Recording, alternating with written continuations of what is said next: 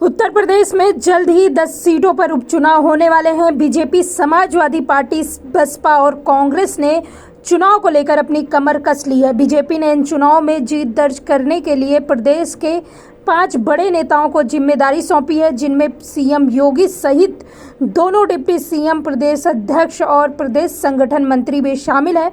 लेकिन इसी बीच सरकार में मंत्री और निषाद पार्टी के अध्यक्ष संजय निषाद ने एक बयान दे प्रदेश की राजनीति में तपिश बढ़ा दी है। दरअसल संजय निषाद ने मझुआ और कटहरी से अपने प्रत्याशी खड़े करने की बात कही है। 10 सीटों पर निषाद पार्टी के कार्यकर्ता एनडीए 10 लड़ रही है।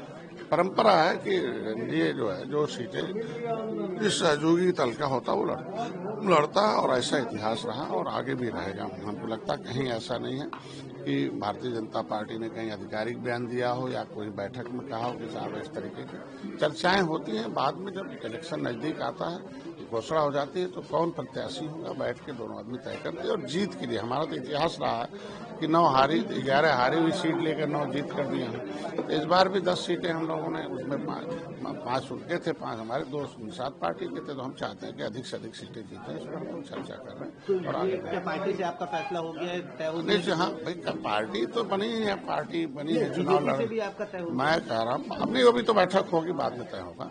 लेकिन कोई भी पार्टी चुनाव लड़ने के लिए बनी हुई है, चुनाव लड़ाने के लिए बनी हुई है, तो निषाद पार्टी इसीलिए जो हम अभी 10 पर प्रभारी नियुक्त करेंगे। 2 पर तो ज्यादा प्रभारी हैं, लेकिन और पर अपने वोट बैंक को एनडीए को जीत सुनिश्चित कराने के लिए करेंगे। एक अहम सवाल है, समाजवादी पार्टी के 2 बड़े नाम सामने आ रहे हैं, जिसमें नाबालिग से रेप का आरोप लगा। पहला अयोध्या, उसके बाद अब कन्नौज में जो रेप का आरोप लगा, उसमें मेडिकल रिपोर्ट में भी रेप की पुष्टि हो गई है। पॉस्को की धाराओं में मुकदमा दर्ज हुआ है आरोपी के ऊपर। कहा जा रहा है कि बुलडोजर की भी कार्रवाई हुई।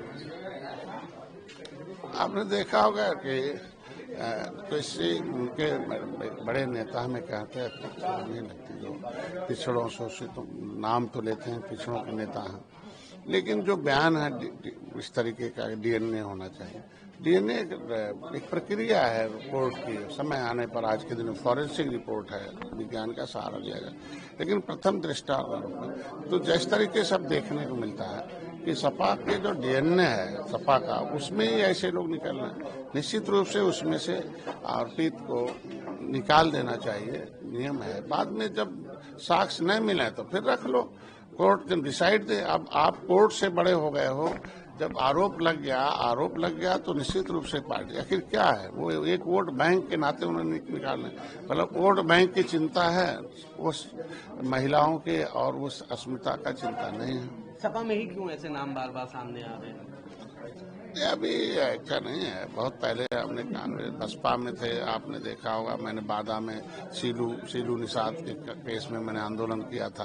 क्या सपा बलात्कारियों की पार्टी? आप ऐसा देखो, हम किसी के ऊपर इस तरीके का कोई बयान नहीं दे सकते, लेकिन निश्चित रूप से समाजवादी पार्टी को ऐसे लोगों के ऊपर कार्रवाई करनी चाहिए और तुरंत अपनी छवि को सही रखना चाहिए। अगर लोकतंत्र में कहते हैं कि नहीं, हम वैसे भी महिला अबला होती है, महिला कमजोर होती है, महिला इस देश की पूजनीय है, तो ऐसे लोगों पर अगर कोई मामले आते हैं तो सपा को तुरंत उसमें एक्शन। हम तो एम्स गए थे, वहां भी बंद हुआ था, मैं तो 3 लोग रहा था। तो लेकिन निश्चित रूप से डॉक्टर एक भगवान का दूसरा रूप होता है।